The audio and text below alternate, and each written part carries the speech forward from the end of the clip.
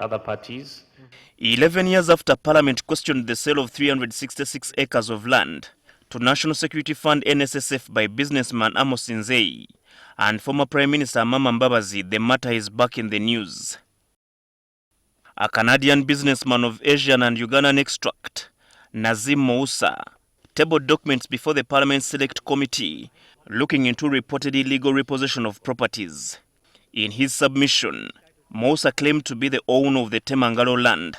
Called for repossession of property. In the first call, why didn't you go through that process to repossess your property?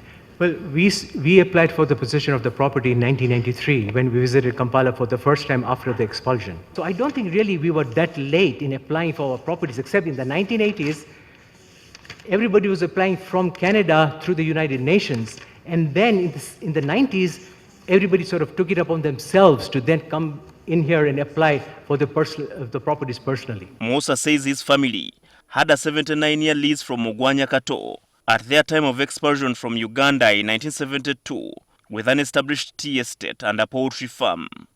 However, when they returned to Uganda in 1993, the land had been transferred to Abbas Mawanda, who later sold the land to Amos Nzeyi. So we said the best way now forward is a negotiated settlement after we heard the NSSF saying that they were adamant about developing the land, which is a good thing from Ugandans,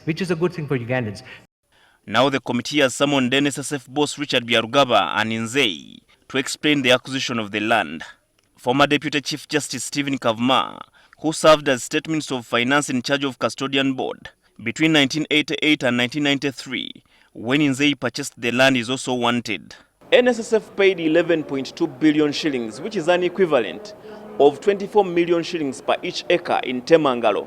Now the committee would like to find out whether NSSF did due diligence before paying off this money. Habad Ziwa NTV here at Parliament.